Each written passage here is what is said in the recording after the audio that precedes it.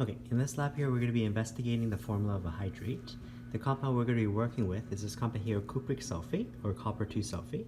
You'll notice on the bottle here, it actually tells me it should be copper 2 sulfate here with the pentahydrate form. So what we're going to do here is we're going to use a Bunsen burner. We're going to heat off this hydrate here, hopefully getting rid of all the water. We can weigh off how much copper sulfate is left over, and by doing a percent composition, we can verify whether it really is a 1:5 ratio. Just showing you one other important information here. This FW stands for formula weight here. If you recognize that number there, that is actually the molar mass. So you don't always need to go back to your periodic table. Sometimes, especially when you're working in the lab here, it's more convenient just to take a look at this number. Notice that that does add the mass of 5 waters into the copper sulfate compound. So we're going to be doing our experiment here in a crucible. First thing we're going to do is we're going to weigh out the crucible. I've already have my electronic balance here 0 to begin with. So for this crucible, for this container here, it's reading here 26.97. If you're doing an error, you can do plus or minus 0.01. The experiment here calls for us to scoop in 2 grams worth of our copper 2 sulfate. There's nothing magical about the number 2, so you can aim for about 2. If you go over, not the end of the world. So what I'm going to do here, you can either tear it, you can either zero it right now, or you can just take this number here, 2 grams more than 26.97. We're aiming for about 28.97. I'm going to take my scoopula here. I'm going to start off with some of the copper 2 sulfate here, and I'm going to start putting it here into the crucible. Again, we're looking, oh, I went over 2 grams, that's okay. You can just record this down here as a mass here, 29.27 plus or minus 0.01. Again, for later on calculations, we're just going to use the actual mass that I actually have rather than the 2 grams that they wanted. So right now, if we make an observation here, this hydrate here is actually blue in color because of all the water in the compound here. We're going to strike our Bunsen burner here. We're going to heat it over the Bunsen burner once or twice here. When it's hot, you don't want to be putting the crucible directly on the table surface here. You can put it on one of these cooling racks here, and once it's cooled down a little bit here, we'll reweigh it to see if there's any difference in mass. So again, we can start off with the crucible. This is our initial mass. I'm going to strike our Bunsen burner. I'm going to keep our Bunsen burner here to a blue flame. So the heat of the blue flame here should be enough to evaporate off any of the water here. I'll grab the crucible here very carefully here, and then I'm just going to slowly move it around this blue flame here. So again, we're assuming that the heat is enough to evaporate off some of the water in the hydrate here, but not enough to actually decompose my solid. Okay. If you're listening, you can actually hear a little bit of the sizzle as the compound is being heated. Should be the sizzle of the water evaporating.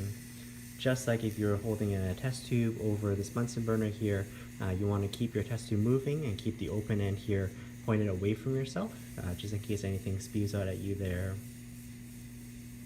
Making some qualitative observations, you see that the color is already changing. Okay, so from that initial blue powder here, we're starting to see traces of white.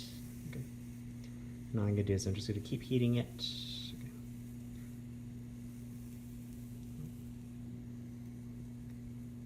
I'm going to put it down on this cooling rack here, see if I can break up some of the powder here.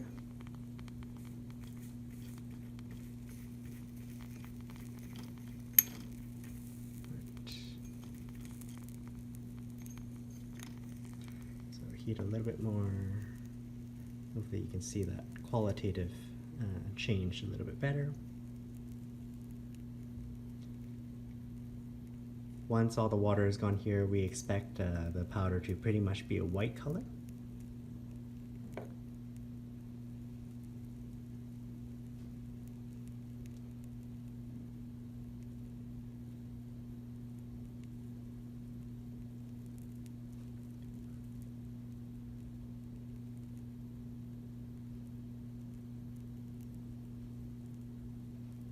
So you see more of the hydrate is actually, the water has been evaporating off.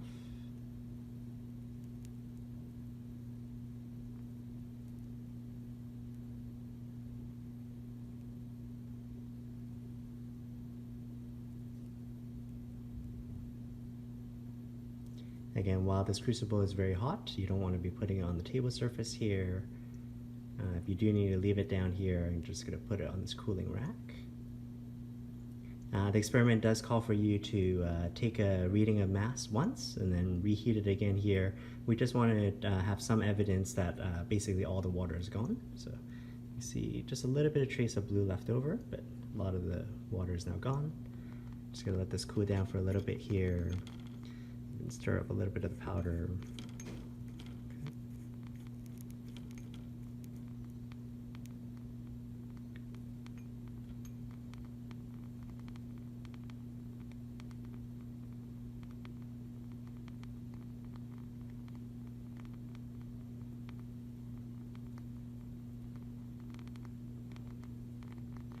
So once it's cooled down a little bit here, we can put it back on electronic balance.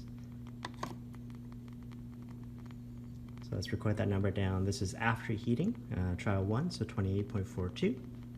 What I'm going to do here is I'm going to pick it up and I'm going to heat up some more. If the number on my second heating is close to 28.42, that's a sort of evidence that a lot of the water has evaporated off. Okay, we want to make sure all the water is gone, so I have a good estimate of the percentage copper 2 sulfate solid. That way I can do an empirical formula calculation. Nothing magical about doing 2 trials. If you're finding from one trial and the other trial here, it's very, very different. You can heat it for some more here. You can actually qualitatively see here if all the blue powder is gone. If you use an orange flame for this heating, sometimes you'll develop a little bit of the soot on the bottom of the crucible here. You want to make sure not to include that mass there. So once it's cooled down, you might need to wipe down some of the soot there. Okay. So that's starting to look really good. Okay.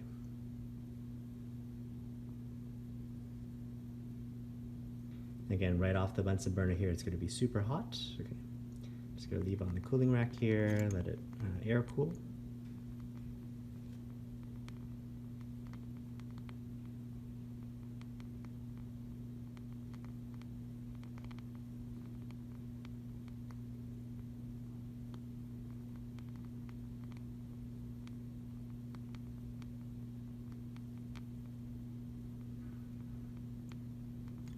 And then putting it back on the balance here.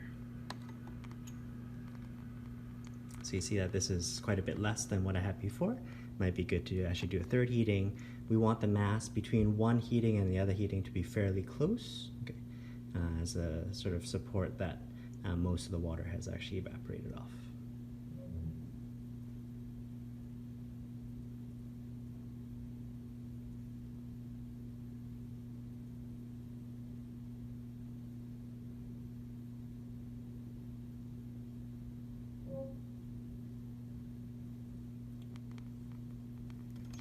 Cool down for a little while. Qualitatively, we see that the heat is actually good to actually evaporate off all the water. Once it's cooled down a bit here, I'm going to measure the mass, see if it's close. And then just for fun, I'm going to add a little bit of water. We're going to see that this reaction is actually reversible here.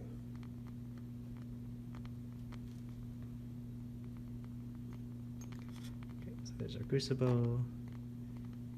And there we go, that's fairly close to the number that we had before. Okay. So now that I'm done here, I'm going to strike off the Bunsen burner. Okay. Again, you need to record that mass down. This is assuming that all the water has escaped. Just for a qualitative comparison, just for fun here, you notice that this, once all the water is gone, it's sort of whitish in powder. I'm going to add a little bit of water through the squirt bottle, and we'll see what happens there. A very, very exothermic reaction, very, very reversible. Okay. Thanks, guys.